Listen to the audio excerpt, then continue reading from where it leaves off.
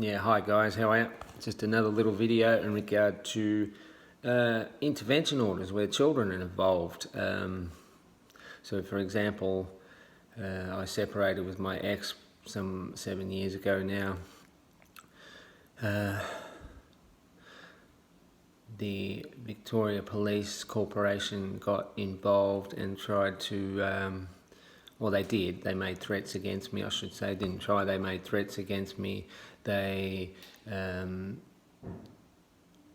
what did they just say? Yeah, made an application for an intervention order, so I couldn't go near my children, given that no child or no ex was actually physically harmed. Yes, they were physically harmed. So one child had a toe cut off.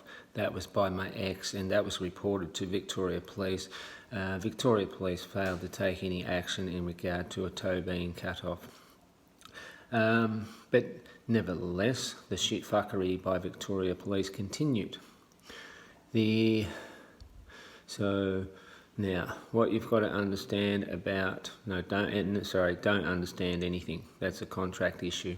So what you've got to comprehend about intervention orders, they're a contract offer document again. So on the offer that you receive from Magistrate Court, which will be presented by Victoria Police because they are the ones that serve the documents, so that they are the commercial servers for the document. So you don't have to go along to a magistrate court, but what you will see on the document we may make a judgment against you, you may be arrested, you may be this, you may be that. So the first thing you've got to do is refuse that document. And I'll be doing another video in regard to the rates of what the process that I served on the Geelong Magistrate Court was. So you return those documents, and probably do it by mail as well as email, because the magistrate courts tend to lose a lot of documents, and so do Victoria Police. It's all very well that they serve their documents and an assumption that we've received them pursuant to the mailbox rule, whatever, or a personal serving. So you've got to rebut the claim. So basically that no magistrate may not make any decision against you. For a start off, a magistrate doesn't have a legal power of attorney. There's maybe, if you go along to the court, there's maybe an implied power of attorney. Make sure you don't sign that document. If they probably will continue with their process because it's an egotistical process, and they want to gain jurisdiction over you for their egos because they are the masters. So rebut the claims, send documents back with notice of refusal, all rights reserved, no expressed or implied power of attorney given to the court, contract offer refused, ratty-rat. So just go and study contract law. I get all these comments, it's about this legislation, it's about that legislation, that's bullshit. It's not about any type of legislation at all. It all comes back to contract law.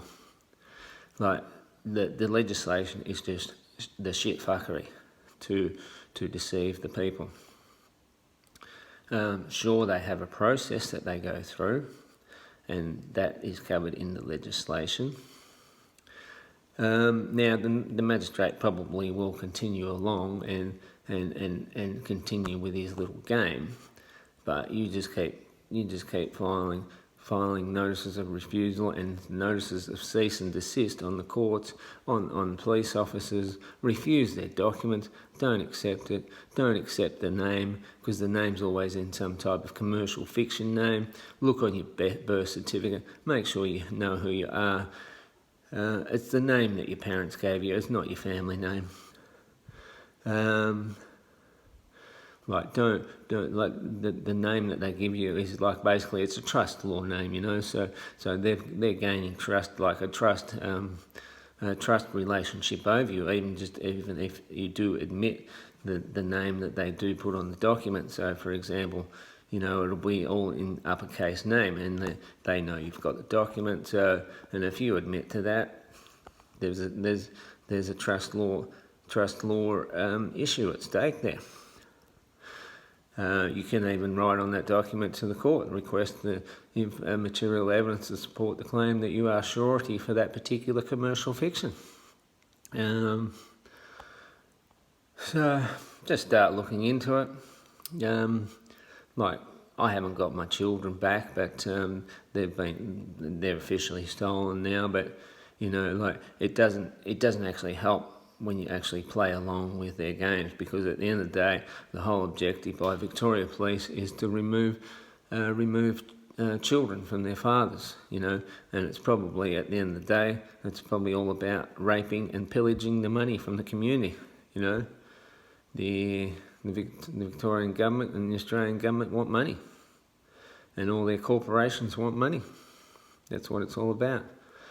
And this won't be getting any better. Like, after this COVID-19 thing, the raping and pillaging will go harder. Like, sure, they're going to give out a bit of money in the short term, but you wait until the longer term consequences, like 5 years down the track, when all the economy is just totally collapsed. So probably, what are we in now? 2020. So you wait until like 2025. They will be going seriously hard by then. So, all right, people, don't put up with their shit fuckery. You've got rights. Exercise your rights. Make sure you maybe read a few comments, have a look at a few other videos if you need to have a look at and see what process that I use. Yeah, so read the footnotes and stuff like that as well. Cheers, bye.